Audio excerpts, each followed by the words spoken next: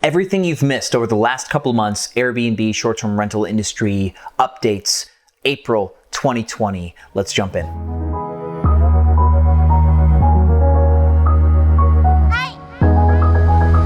Welcome back, Airbnb family. So this is gonna be chock full of all sorts of information about the Airbnb industry, short-term rentals, businesses in them, cities regulations, the pandemic, coronavirus, etc. Going to be a lot. First, let's talk about Airbnb specifically, updates with them. They've just raised their second round of debt totaling $2 billion. Less than 2 weeks ago, they raised $1 billion at or above 10% interest. Investors who have already invested in Airbnb said they didn't want to invest in Airbnb unless like Brian Chesky was going to be ousted or they could change CEOs. Now, there are people who've invested in Airbnb prior that have actually participated in both rounds of this $1 billion debt per. Now, this second $1 billion of debt has been raised at 7.5% interest, and that leads them to, of course, a grand total of $2 billion. There could be speculation that raising debt is better than equity typically, but there could also be hidden reasons why they're not raising equity because, of course, they owe their employees options that expire this year for an IPO that's not going to happen, etc. So there's that. Now, Airbnb, of course, you've probably already heard they doubled down on their extenuating circumstances policy, pushing it from April 14th, or actually from April 6th to April 14th to May 31st. They just kept pushing it back. And in response, hosts got absolutely furious. We got loud on this channel. It started getting covered in all sorts of news outlets, the Information, Business Insider, Forbes, Wall Street Journal, CNBC, everybody's covering it. So Brian Chesky doubled back and said that they would give 25% to hosts for what they lost due to these cancellations retroactively. And they also decided that they were going to give people incentives to have flexible cancellation policies, which would be one, that they would give an SEO boost, and that they would give that 3% credit card transaction charge back to hosts. The 3% transaction charge, hosts have been reporting that it has not been given to them even though they have a flexible cancellation policy. So it's either a bug or Airbnb just outright lied. I'd like to believe it was a bug, a mismanagement, they're under a lot of pressure, but all in all, it's still the responsibility is on them to give hosts that 3%. And hosts are not getting it. Further, that 25% has been misrepresented. There is another fund that you can apply for if you're a Superhost. That's a $10 million fund where you can get a $5,000 grant, but there's a lot of loops, and Superhosts aren't happy with how hard that is. But with the 25% back on refunds, this is not 25% of the cancellation that you would win like if the person stayed. It's 25% of what you would have been paid out on your cancellation policy. So if you had a moderate cancellation policy or a strict cancellation policy, and that at the point of cancellation, they would have only got 50% back of the refund and you would have kept 50%, now you only get 12.5% because you get 25% of that. Hosts are not happy about that because what essentially is happening to hosts is guests have been encouraged to cancel, and this massive amount of cancellations, there's no way that 12.5% back on these reservations is going to recuperate the full or even like a portion of the damages, a real portion of the damages that have been done by allowing guests to cancel scot-free. All sorts of other partners like Vrbo have not done this to hosts, so hosts aren't taking a bath. And additionally, Airbnb also left out some fine print. So hosts who took the 25% as a sign of goodwill and decided to team up with Airbnb, what they've done is they've allowed guests to cancel thinking that they'd get the 25%. But when they go to Airbnb about it, Airbnb's like, well, the cancellation was mutual. You let them cancel. You don't get the 25% because Airbnb would have to invoke the extenuating circumstances policy over your head for it to apply. So now hosts who did a good deed are being punished for being nice. Airbnb has done another thing, which is they're teaming up with partners to help place about 100,000 medical workers or open up 100,000 homes for medical workers across the world.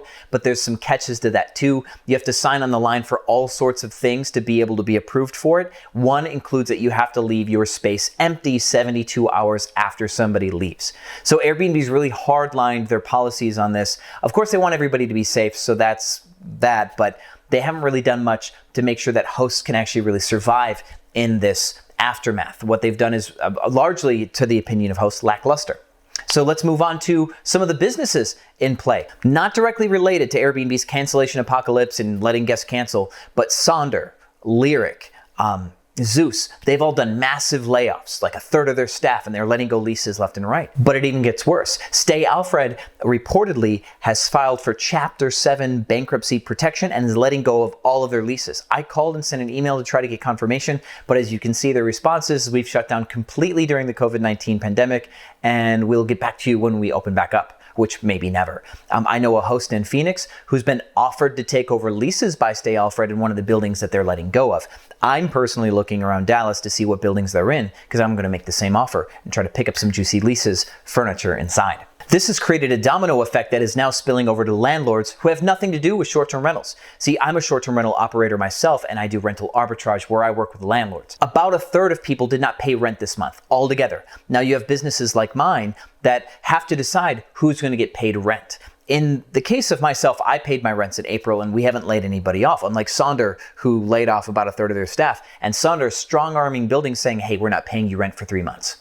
They have something called a recession trigger in their leases where if a recession hits, they get 2 months or 3 months of rent for free. Well, they've decided they're going to invoke this early because it might as well be a recession, right? Now, landlords are stuck in a spot because you can't evict people, including businesses. So now people in this space are riding out without paying their rents, only to eventually get evicted in July, August, whenever they can. But then landlords will have to try to find a way to fill these spaces back up if they lose all their tenants.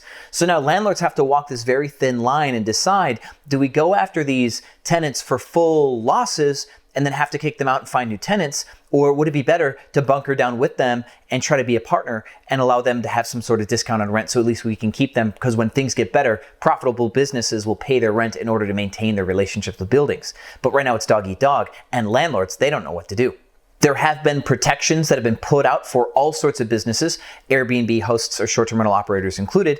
You can file for an SBA loan. They're claiming that you can get a $10,000 cash advance on one of these loans. And then there's the Paycheck Protection Program, which is another forgivable loan that you can get as well. These are varying degrees of difficulty or varying degrees of investment when applying for them as far as what you have to disclose or give away to get these done.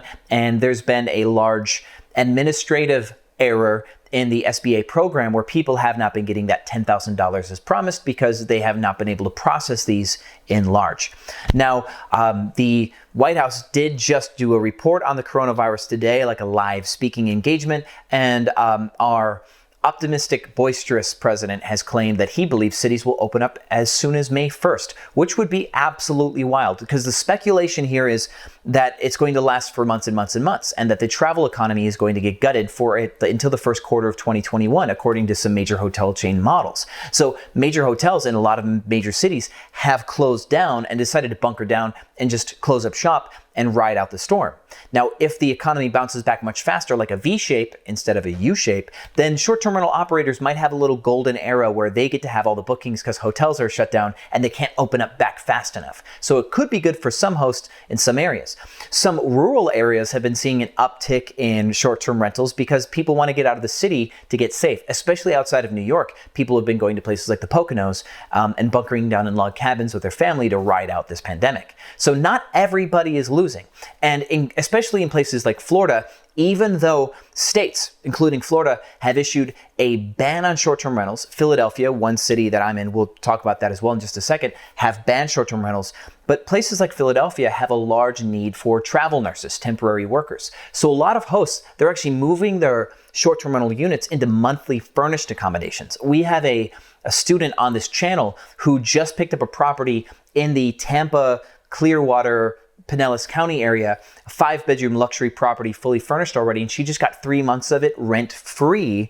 While the state of Florida says you can't do short-term rentals, she then turned around and got a monthly tenant. So she's actually making good money on this. So some scrappy hosts are finding ways to make money during this pandemic, especially housing medical professionals. And medical professionals who are staying a while prefer a kitchen and a lot of square footage instead of like a cheap, smaller hotel room. So short-term renters are winning in some way, somehow, even in states that disallow short-term rentals for the moment. Now in Philadelphia, where they've made short-term rentals illegal, we have moved into longer-term strategies with some of our units. One building, we actually invoked force majeure and told them because they asked us to stop and we already paid rent. We told them that we're going to hibernate our leases and we're going to pick this back up when we can. I'll keep you updated on how that one goes, but that's the move that we've made because we already paid our rents, and then they told us to stop Airbnb to be socially responsible. So we're trying to make that mutual. More to come there. So aside from the large amount of media attention over Brian Chesky's decisions and or failures and the speculation of whether Brian Chesky will survive as the CEO of Airbnb, hosts are changing the way that they do business. They're learning to become business owners, and this is a really hard time for businesses all around, but this is educating people in the short-term rental space like never before. Hosts are still winning. They've won a little bit, 25% back from Airbnb, and they found a way through in large to keep their businesses afloat. Many of the biggest players are going out of business. They're downsizing, filing for bankruptcy, but this also creates opportunity for short-term rental operators that have a healthier book balance, some more cash on hand to potentially pick up in their wake and replace them and work out relationships with those specific landlords. As somebody fails, they can just step in and take their place. So there's a lot going on, and there's tons more to come because it's only mid-April and we've only been in this kind of chaos for less than 2 months now. So they do believe, the White House does believe, that we hit the peak of the pandemic and things will start to become less and less crazy by the day. But of course, no one really knows. So to all of you watching, I wish you well. Stay safe. Thank you for watching Airbnb Automated, and I will see you on the other side.